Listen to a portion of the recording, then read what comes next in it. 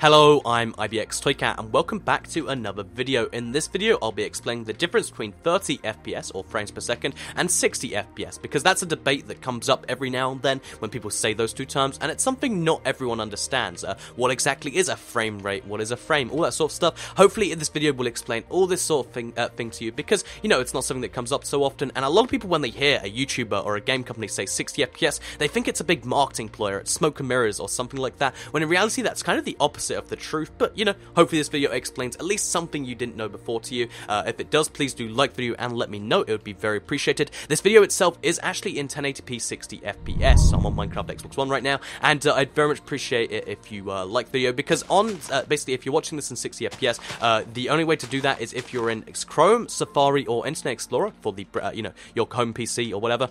You have to actually click one of the HD options and then it'll automatically turn to 60 FPS, and you'll immediately notice the difference. A lot of people already have been for the past week or so. I've been uploading it, and that's actually thanks to Elgato, so thank you very much to them for sending me the capture card.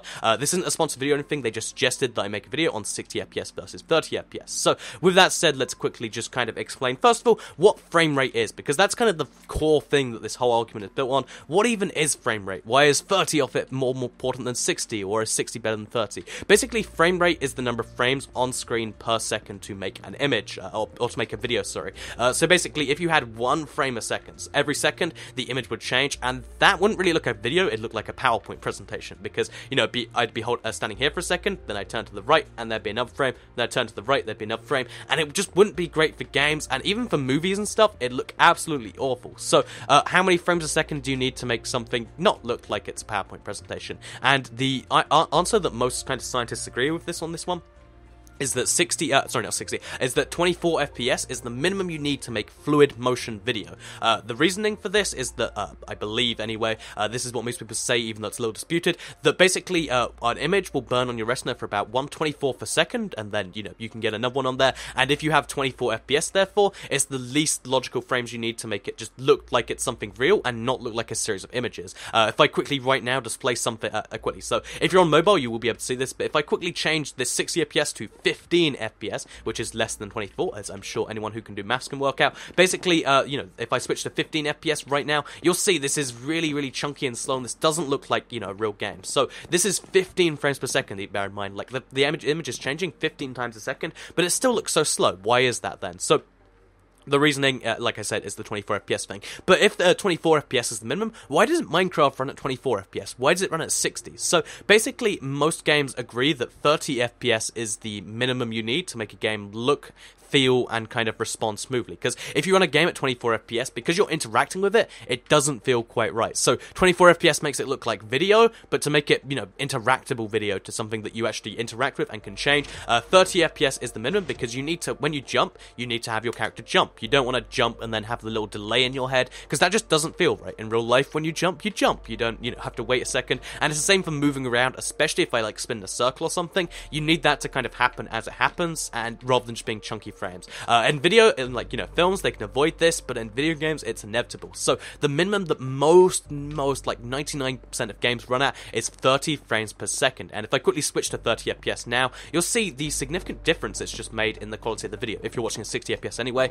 because, you know, it went from being the super smooth thing to being still smooth, still being very watchable, and this is what most videos on YouTube are in, but, you know, you can definitely notice that change in quality. So, those of you who aren't watching in 30 FPS, I'll drop it to, like, you know, 24 FPS, which is only 6 FPS less, but even that tiny 20% downgrade, you can still kind of see that, you know, 24 FPS versus 30 is a crazy weird thing. So now that that's said, now that we can agree more frame rate is better, why is 60 necessary when 30 already looks so smooth?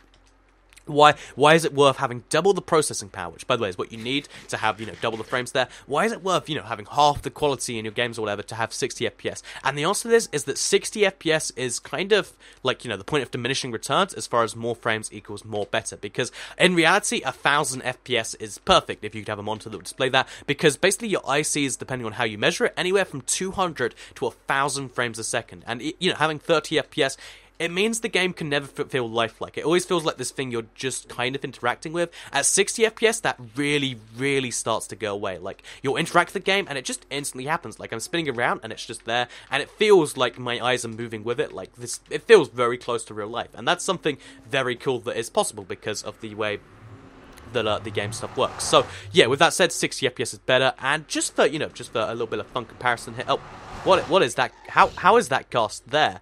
Oh, wow, that's scary. Also, by the way, I'm sorry that I'm still sounding a little bit ill. But with that said, so 60 FPS, we can all kind of agree, is better than 30 FPS. Or can we? No, a lot of people can't. Because a lot of people, what they'll say is, I can't even see 60 FPS. Or people will say stuff like, I can't even notice the difference, Toy Cat. And in reality, I think something that a lot of people need to do, just to kind of get the idea that 60 FPS is real, because a lot of people use some weird tests, is just to test yourself. Go into Minecraft, spin around in a circle.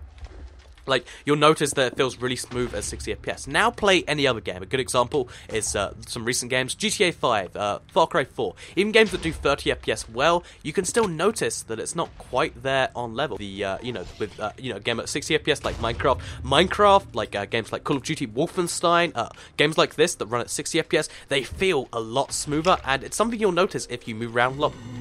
Like, just try and notice the time between you doing something and it happening. Like, 30 FPS is smooth enough, and you can play games at it, but I think what, we as people who play video games need to do is demand 60 FPS of more video game makers, because having a game that looked double as good in 2015 isn't really necessary, whereas having games that feel twice as good, that's something that should have been happening from the start, and a lot of, NES era games did run at that. So, if there's one thing to take away from this video, demand 60 FPS when you're, if, a game runs at 26 FPS or something, kind of look at that game and think, okay, it's not going to be as smooth. Like, you got to try and realize that, and hopefully if we all do that, then, maybe the gaming industry will be a better place. So, like I said, the video was recorded in 60 FPS because of Elgato.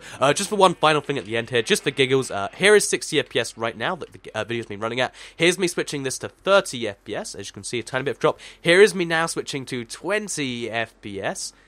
And finally, let's switch over to 10 FPS and back to Microsoft PowerPoint we are.